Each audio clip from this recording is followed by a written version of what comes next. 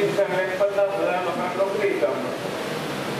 आज काय ना कॉलाची गिरापत प्रत्येक लोकांना 10,000 कॉल काढल्या फक्त फायर ब्रिगेड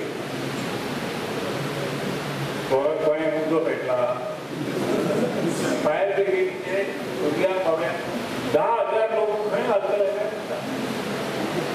कितकेशे जो हजारांनी पावले भुरगे वयतात परीक्षेक बसतात आनी वाट पळयतले आनी हांवें 2 म्हयने आता हो म्हयनो सोंपत येयलो आज 15 तारीख फुडले 15 दीस 1.5 म्हयनो मागीर आचारसंहिता मागीर म्हणटले आचारसंहिता फुडें आमकां करून दिया म्हणजे आमी करून दिता.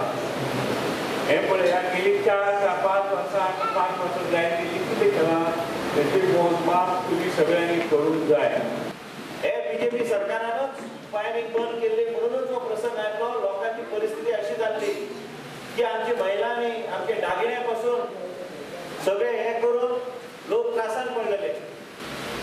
काँग्रेस पक्ष जेन्ना सत्तेर आसलो तेन्ना एक वेगळे तरेची उमेद आसली लोकां मदीं आनी मायनिंगाचो वेवसाय वेगळे तरेन फुडें वयताले. आनी ह्या लोकांनी ह्या बीजेपी सरकारान ह्या तरेचो वातावरण तयार केलें इलेक्शनात रथ यात्रा काढून सांगल्या लोकांक की 25,000 कोटीचो घोटाळो आसा. तेजे उपरांत आमी पळयता की घोटाळ्याचो नांवच घेवपाचें बंद केलें आनी मायनिंग बंद करपाक हेच लोक आयज ब्रिक्सच्या माध्यमांतल्यान गोंय राज्यान आयज आयिल्ले आसा. ह्या लोकांनी बंद केले म्हणून प्रसंग आमचेर आयलो.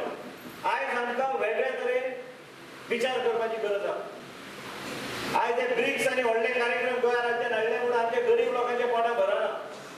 आमच्या लोकांक तेजो कसलोच फायदो जायना. नरेंद्र मोदी गोंयान आयलो आनी गेलो म्हणून आमकां फरक पडना.